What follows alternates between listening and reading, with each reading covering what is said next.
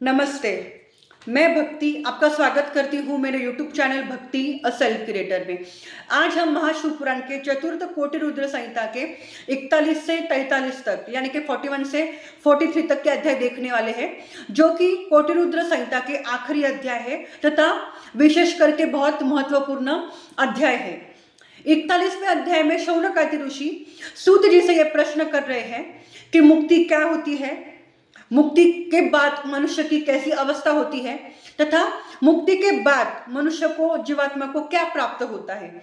इसका उत्तर सूत जी शौनकादि ऋषियों को दे रहे हैं। सूत जी शौनकादि ऋषियों से कह रहे हैं कि आपने आज एक अत्यंत महत्वपूर्ण प्रश्न मुझसे किया है। यह शिव जी का एक गुप्त ज्ञान है। जब एक मनुष्य मुक्ति प्राप्त करता है, मोक्ष को प्राप्त करता है, तो उसकी कैसी अवस्था होती है, जीवात्मा का क्या होता है, उसका मैं तुम्हें वर्णन कर रहा हूं, उसे तुम ध्यान पूर्वक सुनो। सूत जी कह रहे हैं कि मुक्ति के 4 प्रकार होते हैं। जो पहली मुक्ति है वो है सारूप्य मुक्ति, दूसरी है सालोक्य मुक्ति, तीसरी है सानिध्य तथा चौथी है सायुज्य। जो मुक्ति का पहला प्रकार सूत जी शौनकादि ऋषियों को वर्णन कर रहे हैं वो है सारूप्य मुक्ति। सारूप्य मुक्ति यानी जब एक मनुष्य, जीवात्मा मोक्ष को प्राप्त करता है तो वो अपने भगवान के समान रूप धारण कर लेता है। उसका रूप, उसका जो साकार रूप होता है जीवात्मा का, वो अपने इष्ट देव की तरह ही हो जाते हैं। इसका एक उदाहरण है भगवान जी के पार्षद, जो भगवान विष्णु जी के पार्षद होते हैं, या हमारे भगवान शिव जी के जो शिवगण होते हैं, वो अपने इष्ट देव के समान ही दिखते हैं। यानी कि जो शिवगण है उनका रूप भगवान शिव जी की तरह ही होता है तथा जो भगवान विष्णु जी के पार्षद है वो दिखने में भगवान विष्णु की तरह ही होते हैं। ये होती है सारूप्य मुक्ति। जब एक मनुष्य मानव सारूप्य मुक्ति को प्राप्त करता है तो वो अपने इष्ट देव की तरह दिखने लग जाता है। दूसरा प्रकार मुक्ति का सूत जी शौनकादि ऋषियों को बता रहे हैं कि सालोक्य मुक्ति। जब एक व्यक्ति, जीवात्मा सालोक्य मुक्ति को प्राप्त करता है तो वो अपने ईश्वर के साथ, अपने इष्ट के साथ उसके धाम में रहने लग जाता है। जो सूत जी तीसरी मुक्ति बता रहे हैं वह है सानिध्य। सानिध्य यानी जीवात्मा को अपने इष्ट देव के साथ सानिध्य प्राप्त होता है, यानी कि निकटता प्राप्त होती है, समीपता प्राप्त होती है। और जो मुक्ति का चौथा प्रकार है सायुज्य मुक्ति। ये मुक्ति है परमात्मा संग जीवात्मा का विलीन होना। यानी कि जब एक व्यक्ति, जीवात्मा सायुज्य मुक्ति प्राप्त करता है तो वह अपने परमात्मा के संग ही विलीन हो जाता है। इसका एक उदाहरण अगर हम लें तो है हमारी संत मीराबाई। जब उनकी भक्ति इतनी थी अपने श्री कृष्ण के प्रति कि वो अपने श्री कृष्ण में विलीन ही हो गई। यानी कि एक जल का थेम जो होता है वो समंदर से अलग होता है, पर अगर हम जल की एक बूंद अगर हम समंदर में डाल दें तो समंदर और वो बूंद अलग नहीं हो जाती है, वो बूंद और समंदर एक ही हो जाता है। इसी को हम सायुज्य मुक्ति कहते हैं। यानी कि जो भक्त है वो जल की एक बूंद है और जब वो सायुज्य मुक्ति प्राप्त करता है तो अपने समुद्र रूपी इष्ट देव में वो विलीन हो जाता है।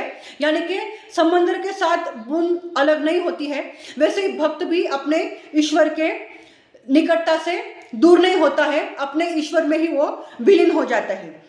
और इसके बाद में सूत जी ये भी कह रहे हैं कि ब्रह्मा विष्णु जो आदि देवता है वो धर्म, अर्थ और काम देने वाले देवता है। यानी कि भगवान विष्णु जी संसार का पालन करते हैं, ब्रह्मा जी सृष्टि रचते हैं तथा जो इतर देवता है, इंद्रदेव, वायुदेव, हर किसी को अपना अपना एक कार्य सौंपा गया है।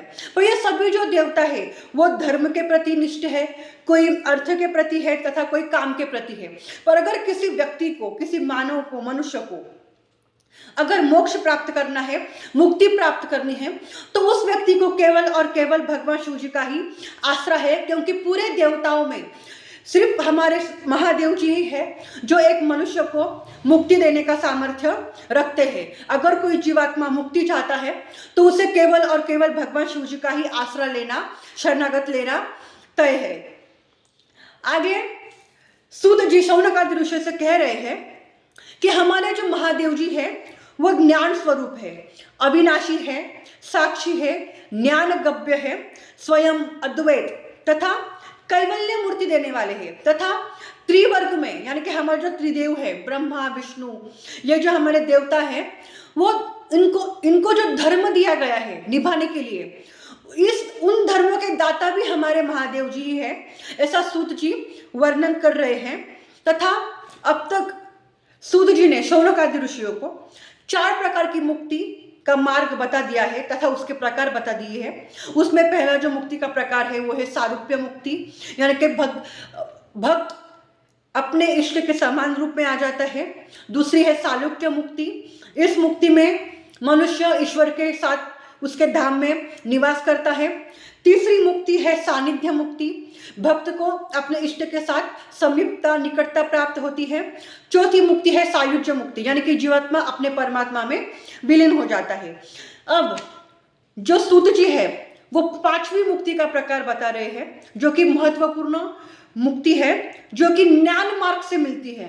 उसे प्राप्त करने के लिए किसी भी मनुष्य को अपना देह नहीं छोड़ना पड़ता है, वो इस देह में रहकर भी मोक्ष को मुक्ति को प्राप्त करता है, ऐसा सूत जी ऋषियों को कह रहे हैं।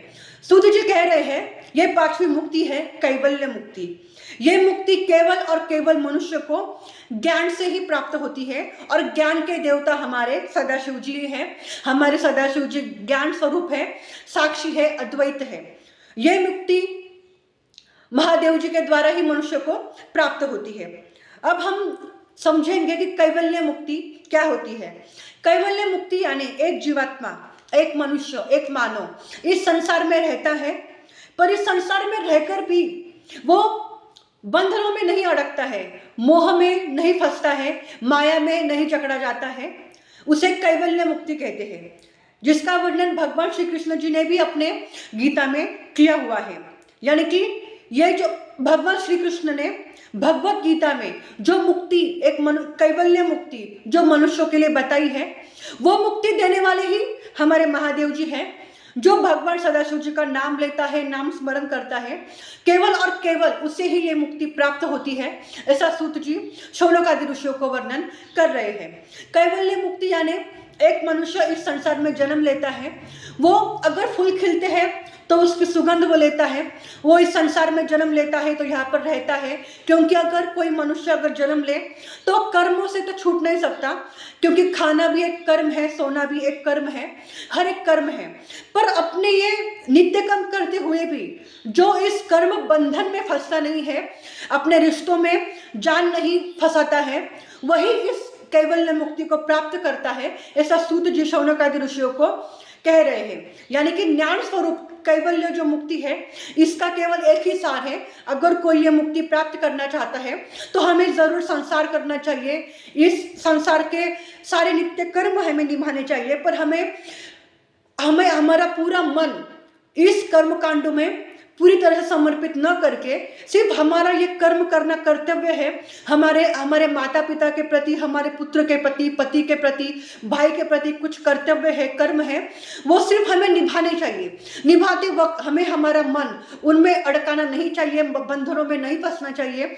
जो व्यक्ति ऐसा बर्ताव करने में सफल होता है उसे जीते जी कैवल्य मुक्ति प्राप्त होती है, ऐसा सूत जी शौनकादि ऋषियों को वर्णन कर रहे हैं। तथा सूत जी ये भी कह रहे हैं कि जो ब्रह्मा है, विष्णु जी है, कुमार जो नारद है, वो भी मुक्ति का पूरा वर्णन पूरी तरह से नहीं कर पाए हैं। मैंने अपने गुरु व्यास जी से जितना सुना है उतना मैं आपको वर्णन कर रहा हूं। फिर आगे सूत जी कह रहे हैं कि हमारे जो सदाशिव जी है, महादेव जी है, वो सत्य, ज्ञान, अनंत, सत, चित, आनंद स्वरूप, निर्गुण, निरुपाधि, अव्यय, शुद्ध और निरंजन है। परंतु संसार में उनकी भक्ति ही सबसे सहज है, क्योंकि शिव की भक्ति ज्ञान की माता है तथा शिव भक्ति मुक्तिदायक तथा सुलभ प्रसाद है, ऐसा सूत जी ऋषियों को वर्णन कर रहे हैं। शिव जी के भक्ति में सत्य निवास करता है तथा प्रेम का अंकुर विद्यमान होता है। यानी कि सूत जी कह रहे हैं कि भगवान शिव जी की भक्ति हमें मुक्ति प्रदान करती है और इस भक्ति के भी दो प्रकार हैं, निर्गुण भक्ति और सगुण भक्ति। यानी कि जब हम हमारे इष्ट देव भगवान सदाशिव जी को, उनका आकार कैसा है, वो कैसे दिखते हैं, उसका उस रूप का मनन करके, चिंतन करके, स्मरण करके जब हम उन्हें याद करते हैं तो वह सगुण भक्ति कहलाती है। और जब हम हमारे सदाशिव जी को हर जगह देखने लग जाते हैं, चर में देखने लग जाते हैं, कहीं पे भी देखो तो हमें पूरा जीवन जगत शिवमय दिखता है, हमें एक कण कण में भी उनका अस्तित्व दिखने लग जाता है, उसे सदाशिव जी की, महादेव जी की निर्गुण भक्ति कहते हैं। यानी कि भक्ति के दो प्रकार है, सगुण भक्ति यानी कि उसमें सदाशिव जी ने एक रूप धारण किया हुआ है, और निर्गुण भक्ति यानी जिनका कोई आकार ही नहीं है, वो निराकार है और वो हमें हर जगह दिखते हैं। और सदाशिव जी का ये भी वर्णन सूत जी कर रहे हैं कि हमारे सदाशिव जी भुक्ति मुक्तिदायक तो है ही, पर इनकी भक्ति जब हम करते हैं तो भक्ति करते वक्त हमें उनके कथाओं का भी कीर्तन करना चाहिए, श्रवण करना चाहिए, क्योंकि इससे ही हमारे भक्ति की, हमारी आस्था का प्रकाश और बढ़ता है तथा हमारी भक्ति की वृद्धि होती है जब हम भगवान शिव जी का नाम स्मरण करते हैं, भजन करते हैं, कीर्तन करते हैं। आगे सूत जी कह रहे हैं कि भगवान शिव जी की भक्ति करना सर्वश्रेष्ठ है, मोक्ष प्राप्त करने के लिए शिव भक्ति ही बताई गई है, और ये भक्ति कीर्तन, भजन तथा भगवान शिव जी की कथा श्रवण करने से बढ़ती है। भगवान शिव जी की भक्ति करने के 9 अलग प्रकार बताए गए हैं। वो 9 अंग वाली भक्ति इसलिए कही गई है क्योंकि हर कोई हमारे अपने इष्ट देव की भक्ति अलग अलग तरीके से करता है। कोई उनका पूजन करता है, कोई उनका केवल नाम स्मरण करता है, कोई उनको भजता है, कोई उनका कीर्तन करता है, तो कोई उनकी कथा श्रवण करता है। इस अनुसंग से हम देखें तो भगवान शिव जी के भक्ति के 9 प्रकार बताए गए हैं। पर सूत जी अंत में यह भी कह रहे हैं कि जो भक्ति और ज्ञान को समान रूप से धारण करता है वह नित्य सुखी होता है। यानी कि जब हम भक्ति करें तो जितना भक्ति का महत्व है उतना ही ज्ञान का भी महत्व है, क्योंकि हमारे भगवान सदाशिव जी ही ज्ञान स्वरूप है। पर अगर हम ज्ञान और भक्ति में फर्क करें तो उनमें कोई फर्क है ही नहीं, भक्ति और ज्ञान एक समान ही है। हमें जीवन में भक्ति जितनी महत्वपूर्ण है उतना ही हमें ज्ञान भी महत्वपूर्ण है, क्योंकि हमारे सदाशिव जी ज्ञान स्वरूप है। इसलिए भक्ति और ज्ञान में कदापि भेदभाव नहीं करना चाहिए, ऐसा सूत जी शौनकादि ऋषियों को वर्णन कर रहे हैं। तथा सूत जी शौनकादि ऋषियों को यह भी कह रहे हैं कि भक्ति विरोधी जो व्यक्ति होता है, मनुष्य होता है, उसे विज्ञान की प्राप्ति बिल्कुल भी नहीं होता है। और जो हमारे शंभु का भक्ति करता है उसमें शीघ्र ही ज्ञान का उदय होने लग जाता है। यानी कि शंभु की जो भक्ति करता है उसके हृदय में, उसके बुद्धि में, उसके मन में ज्ञान अपने आप ही प्रणपित उनपने लग जाता है। यानी कि उसके हृदय में, बुद्धि में, मन में ज्ञान का उदय अपने आप ही होने लग जाता है, ऐसा सूत जी ऋषियों को कह रहे हैं। अंत में सूत जी शौनकादि ऋषियों को यह कह रहे हैं कि इसलिए हमें भगवान सदाशिव जी की, महेश्वर की भक्ति करनी चाहिए। तो इस तरह से 41वें अध्याय में सूत जी ने मुक्ति क्या है, मुक्ति को कैसे प्राप्त करें, इसका वर्णन कोटि रुद्र संहिता के 41वें अध्याय में किया है। अभी हम शुरू कर रहे हैं चतुर्थ कोटि रुद्र संहिता का 42वां यानी कि अध्याय नंबर 42। इस अध्याय में शौनकादि ऋषि सूत जी से ये प्रश्न कर रहे हैं कि ब्रह्मा, विष्णु और महेश कौन है? जब यह सृष्टि नहीं थी तब निर्गुण परमात्मा कौन थे? इस संदेह का निवारण आप कीजिए। इस पर सूत जी शौनकादि ऋषियों को उत्तर दे रहे हैं कि जब सृष्टि आरंभ हुई थी तब इस सृष्टि के आरंभ में, आदि में निर्गुण परमात्मा जो उत्पन्न हुए थे वही हमारे सदाशिव जी हैं, शिव जी है।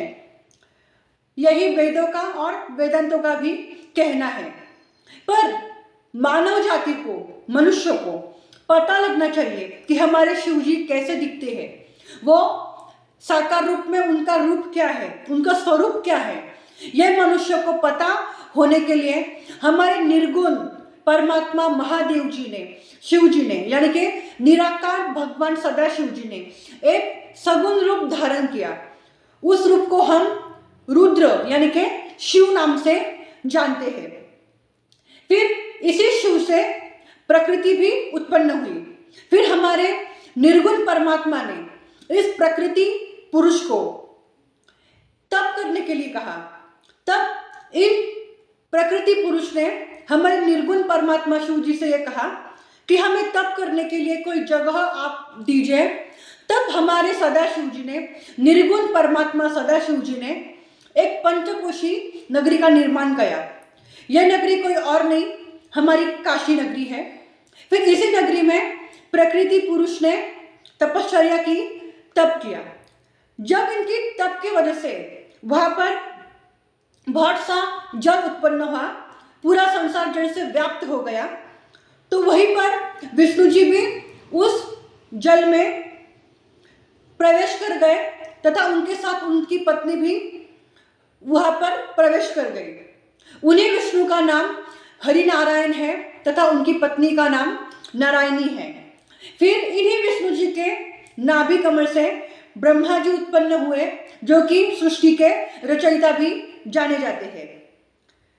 जब ब्रह्मा जी उत्पन्न हुए और उन्होंने विष्णु जी को देखा, तो हम दोनों में, ब्रह्मा और विष्णु, इन दोनों में ये बात छिड़ गया कि इन दोनों में सर्वश्रेष्ठ कौन है।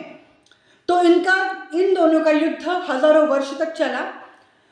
तब इनका युद्ध रोकने के लिए जो स्तंभ रूप में इन दोनों के बीच में जो खड़े हुए, वही हमारे महादेव जी है, हमारे शिव जी हैं।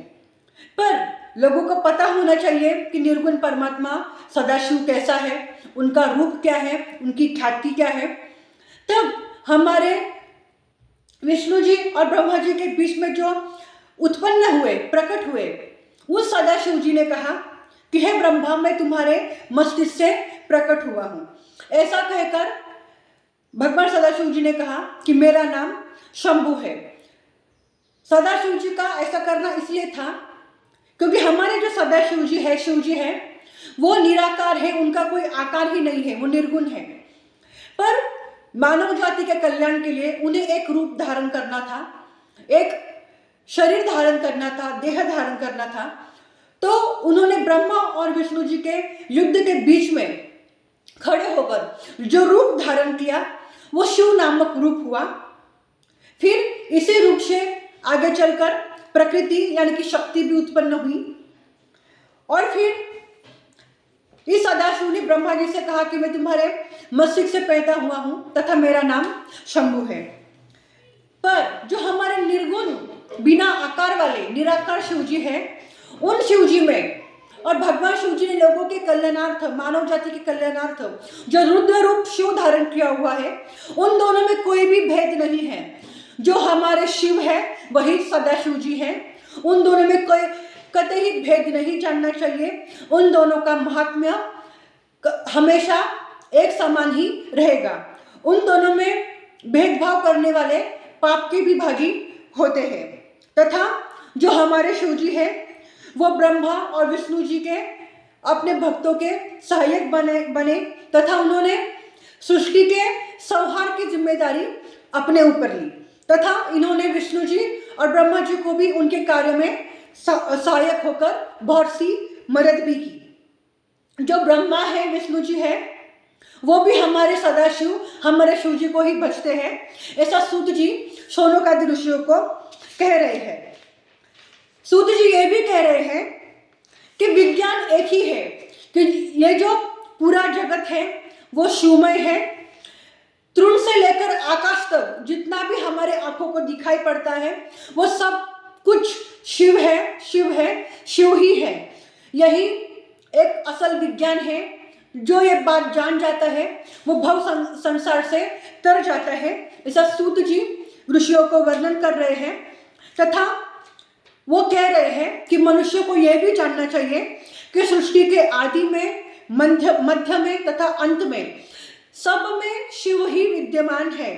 जब सब शून्य हो जाता है, प्रलय हो जाता है, तब भी ब्रह्मा विष्णु सभी का अस्तित्व समाप्त हो जाता है, पर हमारे शिव जी का अस्तित्व कभी भी समाप्त नहीं होता है। वो सदैव इस पृथ्वी पर विराजमान ही होते हैं। फिर सूत जी कह रहे हैं कि ये जो हमारे शिव जी है, उनके सगुण 4 गुण हैं जो उनके जैसे ही है। वो सर्वशक्तिमता है, जो सर्वशक्तिमता है, यानी कि निर्गुण परमात्मा महादेव जी ने ब्रह्मा और विष्णु जी का युद्ध रोकने के लिए जो शिव नामक रूप धारण किया, वो भगवान शिव जी के, सदा शिव जी के इसी रूप ने, भगवान शिव जी ने ही इसी रूप ने ब्रह्मा जी और विष्णु जी को उनका पूजन का विधि बतलाया कि सदा शिव जी की पूजा कैसे करते हैं, उन्हें क्या पसंद है, उन्हें क्या नहीं पसंद है। जो भी हमें आज शास्त्रों से जो भगवान शिव जी की पूजा का विधि पता चलता है, मार्ग पता चलता है, वो भगवान शिव जी ने अपने मुख से ही ब्रह्मा जी और विष्णु जी को बताया हुआ है। ऐसा सूत जी शौनक आदि ऋषियों को वर्णन कर रहे हैं। हमारे यह शिव जी सबके अनुग्रह करता, उत्पन्न करता, पालन करता, विनाश करता, साक्षी तथा निर्गुण है। सबका तो काल है, परंतु शिव जी का काल नहीं है। जब हमारे शिव जी काली से भी सेवन हो जाते हैं, तभी भी उनका काल नहीं होता है, वो कभी भी समाप्त नहीं हो जाते हैं, क्योंकि वो महाकाल है, वो रुद्र है। फिर सूत जी कह रहे हैं कि मनुष्य को, हर एक जीव जंतु, संसार में जितने भी मानव जाति है, जो भी, चाहे वो सजीव हो या निर्जीव हो, सब में भगवान शिव जी को ही देखना चाहिए, क्योंकि सबको भगवान शिव जी के लीलाओं से ही सभी प्राप्त होता है और भगवान शिव जी का कभी नाश नहीं होता है। ऐसा सूत जी शौनक आदि ऋषियों को वर्णन कर रहे हैं। आगे सूत जी कह रहे हैं कि इस प्रकार विष्णु और संपूर्ण देवता कार्यभूत है इस संसार में, परंतु शिव जी स्वयं कार्य और उसके परिणाम स्वरूप है तथा कारण रूप है। उनका कोई कारण ही नहीं है, ना ही कोई परिणाम है।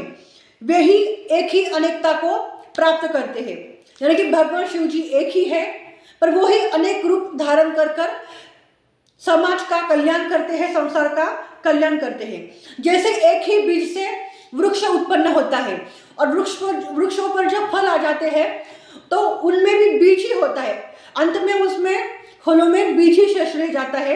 वैसे ही हमारे शिव जी बीज के समान है, यानी कि पहले बीज जब हम मिट्टी में बोते हैं तो उससे बड़ा वृक्ष आ जाता है, और वृक्ष आने के बाद जब उस वृक्ष को, पेड़ को फल आते हैं, तो वो फल खाने के बाद भी मनुष्य के हाथ में उसका बीज ही रह जाता है और इस बीज से पुनः मनुष्य खेती करता है। इसी प्रकार हमारे शिव जी भी बीज समान ही है, उन्हीं की वजह से फल वृक्ष सब आते हैं, और जब पृथ्वी समाप्त हो जाती है, प्रलय आ जाता है, तो अंत में भी बीज स्वरूप हमारे सदाशिव जी ही रहते हैं। ऐसा सूत जी कह रहे हैं। वो कह रहे हैं, सूत जी कह रहे हैं कि ज्ञानी मनुष्य को हर किसी में महेश्वर को ही देखना चाहिए। शिव ज्ञान ही श्रेष्ठ ज्ञान है। फिर ऐसा कहकर सूत जी शौनक आदि ऋषियों से यह कह रहे हैं कि शिव ज्ञान ही सर्वश्रेष्ठ ज्ञान है, उससे ऊपर और कुछ भी नहीं है। इस तरह से मैंने तुम्हें भगवान शिव जी का महिमा बताया है, ब्रह्मा विष्णु जी महेश्वर कौन है वो वर्णन किया है। इससे आगे तुम क्या सुनना चाहते हो? इस प्रश्न पर शौनक आदि ऋषि सूत जी से कहते हैं कि कृपा करके हमें एक ज्ञान और दीजिए, हमसे यह कहें कि किस बात को जानकर, किस ज्ञान को जानकर हमें भगवान शिव जी की प्राप्ति होती है। हम भगवान शिव जी को देखते हैं, उनका स्वरूप हम अपने आंखों से देख पाते हैं। हमें यह श्रेष्ठ ज्ञान देने की कृपा करें। जो चतुर्थ कोटि रुद्र संहिता का यह जो महत्वपूर्ण प्रश्न है, वो शौनक आदि ऋषियों ने 42वें अध्याय में सूत जी को किया है। इसका उत्तर व्यास शिष्य सूत जी 43वें अध्याय में शौनक आदि ऋषियों को दे रहे हैं। अध्याय नंबर 43 यानी कि 43 में शौनक आदि ऋषियों का जो प्रश्न है कि ऐसा कौन सा ज्ञान है जिसे प्राप्त कर कर हमें भगवान शिव जी की प्राप्ति होती है, हम उन्हें साक्षात देख सकते हैं, वो ज्ञान हमें दीजिए। इस प्रश्न का उत्तर 43वें अध्याय में, अध्याय नंबर 43 में सूत जी दे रहे हैं।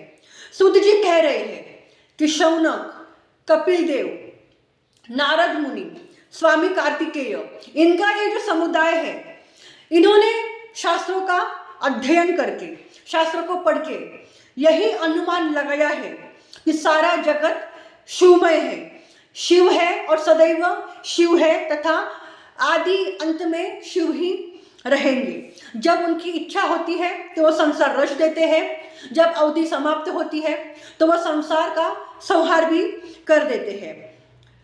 वो सबको जानते हैं पर उन्हें कोई भी नहीं जानता है। ये जो हमारे सदाशिव जी है वो निर्लिप्त है और ज्ञान स्वरूप है।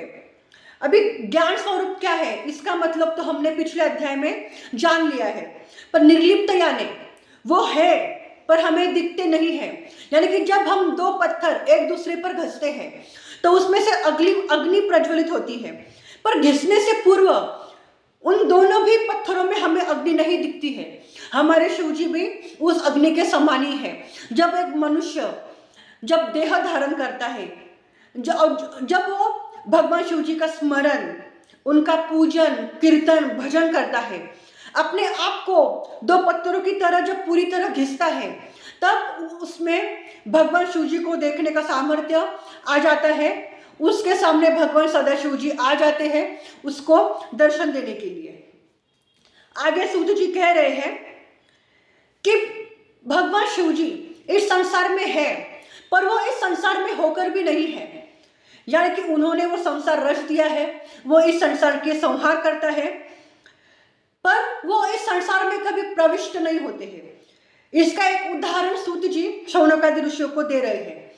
वो बोल रहे हैं कि मनुष्य जब सूरज की धूप में खड़ा होता है तो उसे अपनी परछाई दिखती है, पर वो उस परछाई को ना छू सकता है, ना उस परछाई में मनुष्य प्रविष्ट हो सकता है। यानी कि एक मनुष्य अपने परछाई में घुस नहीं सकता है। उसी तरह हमारे शिव जी है, वो संसार यानी ये परछाई है और देह यानी हमारा शरीर है। भगवान शिव जी सारे बंधनों से मुक्त है। वो जैसे एक मनुष्य अपने परछाई में घुस नहीं सकता, इसी तरह हमारे शिव जी इस संसार में प्रविष्ट नहीं होते हैं, वो इस संसार में नहीं घुसते हैं। ऐसा सूत जी उदाहरण देकर शौनक आदि ऋषियों को समझा रहे हैं। आगे सूत जी कह रहे हैं कि वस्तुतः हमारे शिव जी ही शुभ तथा परब्रह्म है। जब व्यक्ति को बुद्धि भ्रमित हो जाती है कि सदाशिव जी नहीं है, उसके हृदय में जब कुविचार आ जाते हैं, यही ज्ञान उस व्यक्ति का अज्ञान होता है। अगर हम भगवान सदाशिव जी को देखना चाहते हैं तो परम ज्ञान हमारे लिए यही है कि हम भगवान शिव जी को दो पत्थरों में घिसने के बाद जो अग्नि प्रज्वलित होती है उस अग्नि के समान जाने कि वो है, पर अगर हम उनकी पूजा करें, आराधना करें, तप करें तो वो हमें जरूर मिलेंगे। ऐसा समझकर ही हमें भगवान शिव जी को भजना चाहिए, उनका कीर्तन करना चाहिए, उनका प्रवचन करना चाहिए, उनका नाम स्मरण करना चाहिए। आगे सूत जी कह रहे हैं कि हमारे शिव जी सर्वव्यापी, सबको व्याप्त कर सब जीवों में स्थित है। वही चेतन अवचेतन स्वामी साक्षात सबके कल्याणकर्ता भी है, जो उनके दर्शन की इच्छा करता है तथा उनके दर्शन के निमित्त से उपाय करता है। वेदांत के अनुसार उस मनुष्य को भगवान शिव जी के दर्शन मिल जाते हैं, वो उसका फल भी प्राप्त करता है। आगे सूत जी कह रहे हैं कि विद्वान मनुष्य भक्ति तथा अन्य साधनों से भगवान शिव जी को देख लेता है। यानी कि भगवान शिव जी को प्राप्त करने का सबसे महत्वपूर्ण जो रास्ता बताया है सूत जी द्वारा वो है भक्ति। भगवान शिव जी की भक्ति ये सर्वश्रेष्ठ मार्ग है भगवान शिव जी तक पहुंचने के लिए। और हमारे इस भक्ति में हम वृद्धि अन्य साधनों से भी कर सकते हैं। इसमें अन्य साधन क्या आते हैं? भगवान शिव जी का स्मरण करना, उनको याद करना, उनके स्तोत्र गाना, उनकी प्रशंसा करना, उनके शिव तांडव स्तोत्र, 12 ज्योतिर्लिंग नामावली को पढ़ना, ये सब करना, और अंत में भगवान शिव जी को पूरी तरह से शरणागत होकर उनमें प्रेम भावना रखकर उनके ऊपर समर्पित होना, यही श्रेष्ठ भक्ति है। ऐसा सूत जी शौनकादि ऋषियों को कह रहे हैं। सूत जी आगे कह रहे हैं कि भगवान शिव जी का अस्तित्व एक बीज के समान है, जो कि हमने अध्याय 42 में सुन लिया है कि भगवान शिव जी बीज स्वरूप है। बीज से वृक्ष आता है और वृक्षों से फल, और फलों में अंत में पुनः बीज ही शेष रहता है। हमारे शिव जी का भी इसी तरह अस्तित्व है, वो बीज समान है। यानी कि हमारे शिव जी आकाश के समान भी है। यानी कि एक व्यक्ति को आकाश तो दिखता है, पर कोई भी मनुष्य उस आकाश को स्पर्श नहीं कर सकता, छू नहीं सकता। इसी तरह से हमारे शिव जी भी है, वो आकाश के समान है। हमें उनका अस्तित्व, उनका नाम स्मरण करके, उनको याद करके अनुभवता जरूर है, पर हम कभी उन्हें स्पर्श नहीं कर सकते। पर जो ज्ञानी पुरुष है, अगर वो भगवान शिव जी का दर्शन करना चाहता है, तो भक्ति मार्ग से तथा जो भक्ति के अन्य स्वरूप है, नाम स्मरण, श्रवण, कीर्तन, भजन, ये मार्ग अवलंबन करके एक मनुष्य भगवान शिव जी के दर्शन भी कर सकता है। ऐसा सूत जी शौनकादि ऋषियों को कह रहे हैं। शौनकादि ऋषियों से सूत जी ये भी कह रहे हैं कि शिव जी जो है वो स्वयं अहंकार से मुक्त है, तथा जो साधारण जीव है वो भोगों को, कर्मों को भोगने वाला है। इसलिए शंकर जी महान है तथा निर्लिप्त है, क्योंकि भगवान सदाशिव जी संसार में रहकर भी परछाई के समान है, वो इस संसार में नहीं होते हैं। जैसे सुवर्ण को हम ज्यादा तपाते हैं तो सुवर्ण शुद्ध हो जाता है, उसी तरह से जब जीव अपने आप को उस सुवर्ण की तरह ज्यादा जलाता है, अपने आप को भगवान शिव जी को समर्पित होकर उनकी आराधना तपश्चर्या करता है, तो वो भी शुद्ध सोना हो जाता है और तथा भगवान शिव जी के दर्शन करने के योग्य भी हो जाता है। ऐसा सूत जी शौनकादि ऋषियों को बता रहे हैं। तथा वो ये भी कह रहे हैं कि हमें भगवान सदाशिव जी की तपश्चर्या, उनका पूजन आरंभ करने से पहले सर्वप्रथम तो भगवान शिव जी को ही अपना गुरु मान लेना चाहिए। पर अगर हमें साकार रूप में कोई गुरु मिलता है तो सर्वप्रथम हमें साकार रूप में भी किसी को गुरु बना लेना चाहिए, और उस गुरु के द्वारा दिया गया मंत्र जप कर हम भगवान शिव जी की प्राप्ति कर सकते हैं। यही परम ज्ञान है, अपर ज्ञान है। जब जीव अहंकार से छूटकर निर्मल और बुद्धिमान हो जाता है, तब वो भगवान शिव जी का दर्शन करने योग्य होता है। जो प्रिय वस्तु को पाकर हर्ष नहीं करता तथा अप्रिय को पाकर क्रोध नहीं करता, वही ज्ञानी है। मुक्ति का इच्छुक योग से अथवा तत्वों के विचार से ही शरीर त्यागता है, ऐसा सूत जी कह रहे हैं। तथा सूत जी आगे वर्णन कर रहे हैं, जो सदाशिव में लीन हो, व्यथाओं से मुक्त हो जाता है, वो मूल अध्यात्म को प्राप्त करता है। यानी कि साधारण भाषा में सूत जी कह रहे हैं कि जो पूर्णतः हमारे सदाशिव जी को समर्पित हो जाता है और संसार के जो भी झमेले हैं, व्यथाएं हैं, परेशानियां हैं, समस्याएं हैं, उनसे मुक्त हो जाता है, वही असल ज्ञान है, वही भगवान शिव जी को पाने योग्य है, भगवान शिव जी का दर्शन करने योग्य मनुष्य है। उसी व्यक्ति को भगवान शिव जी की भक्ति भी प्राप्त होती है, तथा इस भक्ति के द्वारा ही वो मनुष्य भगवान शिव जी के प्रति प्रेम भावना भी रखता है, और उस प्रेम भावना के प्रति वो भगवान शिव जी का कीर्तन भी श्रवण करता है, शिव पुराण भी ग्रहण करता है, तथा जो उनकी कथाएं हैं वो भी ग्रहण करता है। और इसी श्रवण से उसकी सत्संग में भी रुचि बढ़ने लग जाती है, और सत्संग के वजह से उस मनुष्य में विज्ञान की जागृति होने लग जाती है। और जब उस व्यक्ति के मन में विज्ञान प्रवर्तित हो जाता है तो निश्चय ही वह मनुष्य मुक्ति को प्राप्त होता है। और आगे सूत जी कह रहे हैं कि जो नित्य शिव जी को भजता है वही ज्ञानवान हो जाता है। जब कोई व्यक्ति शिव जी को भजता है तो उसकी बुद्धि में, वाणी में, हृदय में ज्ञान उत्पन्न होने लग जाता है, ज्ञान का उदय होने लग जाता है। भगवान शिव जी के शरण में आने वाले जो जीव है वो आवागमन से मुक्त हो जाते हैं, यानी कि उनका कभी भी जन्म नहीं होता है। ऐसा भी सूत जी इस अध्याय में वर्णन कर रहे हैं। हमारे इसे शिव जी ने अपने ज्योतिर्लिंगों के समक्ष ब्रह्मा और विष्णु जी को यह ज्ञान दिया है जो मैं आपको अभी बता रहा हूं। ऐसा सूत जी शौनक आदि ऋषियों को कह रहे हैं।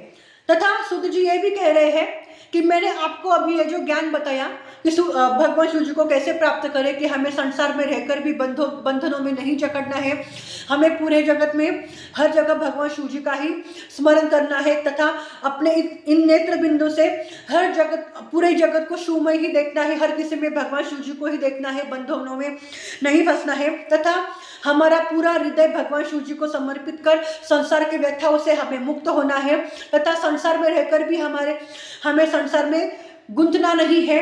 ऐसा व्यक्ति ही भगवान शिव जी के दर्शन करने के योग्य होता है। फिर गुरु के आशीर्वाद से एक व्यक्ति भगवान शिव जी का दर्शन भी कर लेता है।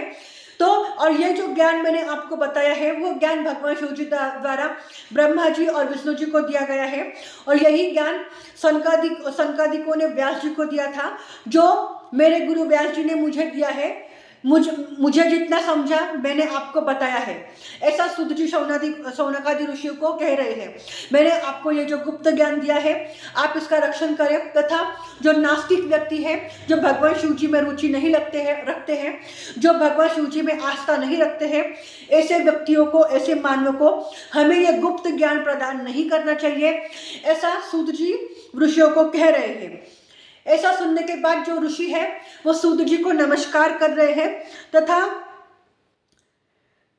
सूत जी आगे कह रहे हैं कि यह इतिहास पुराण, वेद और शास्त्रों का सार है जिसे बार बार विचार कर कर व्यास जी ने मुझसे कहा है।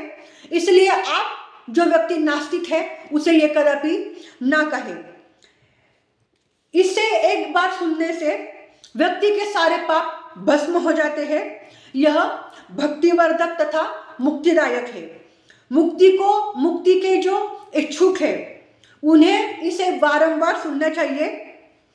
व्यास जी का कथन यह भी है कि जो भक्ति सहित इसकी 5 आवृत्ति करता है, यानी कि श्रद्धा से 5 बार इसको पढ़ता है, वह निश्चय ही मुक्त हो जाता है। जो इसे सुनता है उसे कुछ भी दुर्लभ इस संसार में नहीं रहता है। व्यास जी के ऐसे वचन सुनकर शौनक आदि जो ऋषि है उन्हें परम आनंद की प्राप्ति होती है। फिर वो अंत में सूत जी को नमस्कार करते हैं तथा भगवान सदाशिव जी को वारंवार नमस्कार करके भजने लग जाते हैं तथा भगवान शिव जी के नाम से कीर्तन शुरू कर देते हैं, भजन शुरू कर देते हैं, भगवान शिव जी का नाम स्मरण कर देते हैं। अंत में कोटिरुद्र संहिता के महाशिवपुराण के 43वें अध्याय में अंत में यह कहा गया है कि शिव का यह विज्ञान शिव जी को अत्यंत प्रसन्न करने वाला और भुक्ति मुक्तिदायक तथा भक्तिवर्धक है। यह चतुर्थ कोटिरुद्र नाम वाली शिवपुराण की जो संहिता है, प्रकार है, वो सबको आनंद देने वाली है तथा इसे जो सुखपूर्वक सुनता है वह सभी सुखों को भोग कर अंत में परम गति को प्राप्त करता है। इस तरह से आज हमने सुन लिए हैं चतुर्थ कोटिरुद्र संहिता के महाशिवपुराण के 41 से 43 तक के अध्याय। हमारा 43वां अध्याय समाप्त हो गया है। इसके साथ ही हमारा जो कोटिरुद्र संहिता नामक शिवपुराण का ये जो खंड है, जो प्रकार है, वो पूरा समाप्त हो गया है। हमने चतुर्थ कोटिरुद्र संहिता के आखिरी अध्यायों में भगवान शिव जी का गुप्त ज्ञान, उनका दर्शन करने के पात्र हम कैसे बन सकते हैं, हम उन्हें अपने इस जीवन में हम उन्हें कैसे प्राप्त कर सकते हैं, उन्हें देखने के लिए कैसे सामर्थ्यवान हो सकते हैं, उसका मार्ग सदाशिव जी ने ब्रह्मा जी और विष्णु जी को दिया है। और यह ज्ञान ब्रह्मा जी और विष्णु जी ने सनकादि ऋषियों को दिया है। सनकादि ऋषियों ने यह ज्ञान व्यास जी को दिया है, व्यास जी ने यह सूत जी को दिया है, सूत जी ने यह शौनकादि ऋषियों को सुनाया है। इस प्रकार चतुर्थ कोटिरुद्र संहिता के 43वें अध्याय में हमने भगवान शिव जी को प्राप्त करने का उपाय, हम कैसे उनको पूरी तरह से समर्पित होकर उनके दर्शन करने के योग्य बन सकते हैं, उसका मार्ग इस संहिता में आज सुन लिया है। तो इस प्रकार आज हमने महाशिव पुराण के चतुर्थ कोटिरुद्र संहिता नामक ये जो संहिता है, खंड है, प्रकार है, वो समाप्त कर लिया है। अगले वीडियो में हम शिव पुराण का जो अगला खंड है, संहिता है, प्रकार है, वो सुनना प्रारंभ कर देंगे। तब तक के लिए आप आज के अध्याय सुनकर आनंद लीजिए। तब तक आप भगवान सदाशिव को याद कीजिए तथा सांब सदाशिव, हर हर महादेव, हर हर महादेव कहते रहकर अपना जीवन सुखमय शिवमय बनाते जाए।